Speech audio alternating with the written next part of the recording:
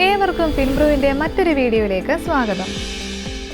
ബികോമിന് ശേഷം ഇനി എന്ത് എന്ന അന്വേഷണത്തിനിടയിലും MNCകളിലേക്ക് ജോലി തിരയുമ്പോഴും ഏറ്റവും കൂടുതൽ കേൾക്കുന്ന ഒന്നാണ് നാം പലപ്പോഴും സാപ്പ് എന്ന് തെറ്റായി ഉച്ചരിക്കുന്ന SAP എന്താണ്, ജോലി സാധ്യതകൾ എന്തൊക്കെയാണ്, SAPയുടെ പ്രാധാന്യം എന്താണ് എന്നിങ്ങനെയുള്ള ഒരുപാട് സംശയങ്ങൾ ഇന്ന് പലർക്കുമുണ്ട്.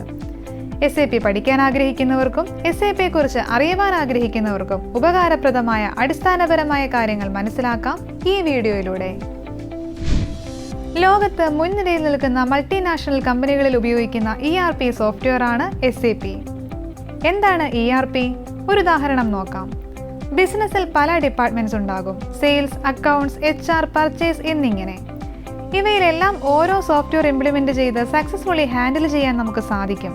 പക്ഷേ ഓരോ സോഫ്റ്റ്വെയറുകൾ തമ്മിലുള്ള കമ്മ്യൂണിക്കേഷൻ വീക്കാകുന്നതും ഡിപ്പാർട്ട്മെന്റ്സിന്റെ ഇന്റഗ്രേഷൻ സാധിക്കാതെ വരുന്നതും ബിസിനസ്സിനെ ബാധിക്കുന്നു. അഡ്മിനിസ്ട്രേഷന്റെ എക്സ്പെൻസ് കൂടുന്നു. ഒരു ഓർഗനൈസേഷനിലെ ടോപ്പ് ലെവൽ മാനേജ്മെന്റിന്റെ കയ്യിൽ നിന്നുമുള്ള നിയന്ത്രണം നഷ്ടപ്പെടാൻ സാധ്യതയുണ്ട്. ഓർഗനൈസേഷന്റെ താൽപ്പര്യങ്ങൾക്ക് വിരുദ്ധമായുള്ള കാര്യങ്ങൾ ഉണ്ടാകാം. ചില പൊരുത്തക്കേടുകൾ കോർഡിനേഷനെയും കൺട്രോളിനെയും പ്രയാസകരമായി ബാധിക്കാം. ബിസിനസ്സിൽ എന്തെങ്കിലും ഒരു ചേഞ്ച് ആവശ്യമാണെങ്കിൽ പോലും ഓരോ ഡിപ്പാർട്ട്മെന്റ്സിൽ നിന്നുള്ള ഡീറ്റെയിൽഡ് അനാലിസിസ് ആവശ്യമായിരുന്നു. ഇതിനെല്ലാം ഓവർകം ചെയ്യുന്നതിന് വേണ്ടി ഇൻട്രൊഡ്യൂസ് ചെയ്ത സിസ്റ്റമാണ് ERP. ERPയുടെ വരവോടുകൂടി ഒരു സോഫ്റ്റ്വെയർ ഉപയോഗിച്ച് തന്നെ എല്ലാ ഡിപ്പാർട്ട്മെന്റ്സിനെയും മാനേജ് ചെയ്യാൻ സാധിക്കുന്നു.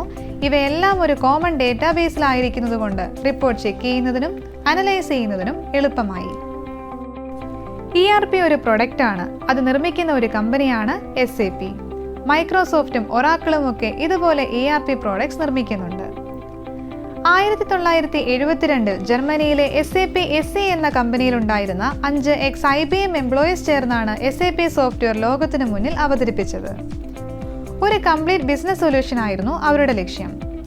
കമ്പനിയുടെ പേര് തന്നെയായിരുന്നു അവരുടെ ERP സോഫ്റ്റ്വെയറിനും നൽകിയത്, system analysis and program development.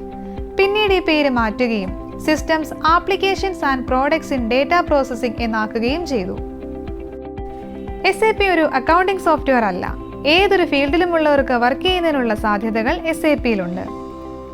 SAP മൊഡ്യൂൾസിനെ രണ്ടായി തരംതിരിക്കാം: functional modules and technical modules. ബിസിനസിന്റെ പ്രവർത്തനങ്ങൾ നന്നായി നടക്കുന്നതിന് ആവശ്യമായ pre defined standard functionalities provide ചെയ്യുന്ന SAP മൊഡ്യൂളുകളാണ് ഫങ്ഷണൽ മൊഡ്യൂളുകൾ എന്നറിയപ്പെടുന്നത്. ഉദാഹരണം: financial accounting and controlling, production planning, material management, sales and distribution, human resource, customer relationship management. Business പ്രവർത്തനങ്ങളെ നേരിട്ട് ബാധിക്കാത്തതും എന്നാൽ ഫങ്ഷണൽ മൊഡ്യൂൾസിന് ആവശ്യമായ എല്ലാവിധ സപ്പോർട്ടും നൽകുന്ന മൊഡ്യൂളുകളാണ് ടെക്നിക്കൽ മൊഡ്യൂളുകൾ. ഉദാഹരണം: അഡ്വാൻസ്ഡ് ബിസിനസ് ആപ്ലിക്കേഷൻ പ്രോഗ്രാമിംഗ് അഥവാ ABAP, XI, NetWeaver, basis, business information warehousing. Programming ലാംഗ്വേജുകളായ C++, ജാവ എന്നിവയിൽ പരിജ്ഞാനമുള്ളവർക്ക് ടെക്നിക്കൽ മൊഡ്യൂളുകളിൽ ഏതെങ്കിലും ഒന്ന് തിരഞ്ഞെടുക്കാം. SAPയിൽ ഫിനാൻഷ്യൽ റിപ്പോർട്ടിംഗിനായി ഉപയോഗിക്കുന്ന 2 മൊഡ്യൂളുകളാണ് FI ആൻഡ് CO. ഇവയെ ഒരുമിച്ച് ചേർത്ത് FICO എന്നാണ് അറിയപ്പെടുന്നത്. King of SAP എന്നറിയപ്പെടുന്നതുമായ മൊഡ്യൂളാണ് FICO. Financial മാനേജ്മെന്റിന്റെ റിക്വയർമെന്റ്സ് നിരന്തരം മാറിക്കൊണ്ടിരിക്കുന്നു. അതിനനുസരിച്ച് നമ്മുടെ അക്കൗണ്ടിംഗ് സ്കിൽസ് ഇംപ്രൂവ് ചെയ്യേണ്ടത് അത്യാവശ്യമാണ്. ഏറ്റവും പ്രധാനപ്പെട്ട കാര്യം SAP മൊഡ്യൂളുകൾക്കനുസരിച്ച് റെസ്പോൺസിബിലിറ്റീസ് മാറിക്കൊണ്ടിരിക്കുന്നു എന്നതാണ്. ഉദാഹരണത്തിന് sales order creation, managing warehouse, sales invoice ഇവയൊക്കെ ലോജിസ്റ്റിക്സ് മൊഡ്യൂൾ യൂസേഴ്സിന്റെ റെസ്പോൺസിബിലിറ്റീസ് ആണ്. General ledger accounting, accounts payable, accounts receivable, asset accounting, bank accounting എന്നിങ്ങനെയുള്ള കാര്യങ്ങളാണ് ഒരു SAP FICO പവർ യൂസറുടെ ചുമതലയിൽ വരുന്നത്. പ്രാക്ടിക്കൽ നോളജിനാണ് SAPയിൽ പ്രാധാന്യം.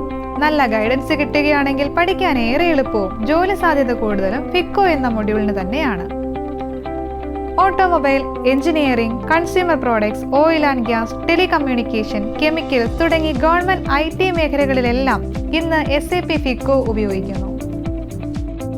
അക്കൗണ്ടിംഗ് ബാക്ക്ഗ്രൗണ്ട് ഉള്ളവർക്കും ടാലി, QB പോലെയുള്ള അക്കൗണ്ടിംഗ് സോഫ്റ്റ്വെയറുകളിൽ വർക്കിംഗ് എക്സ്പീരിയൻസ് ഉള്ളവർക്കും FICO തിരഞ്ഞെടുക്കാം.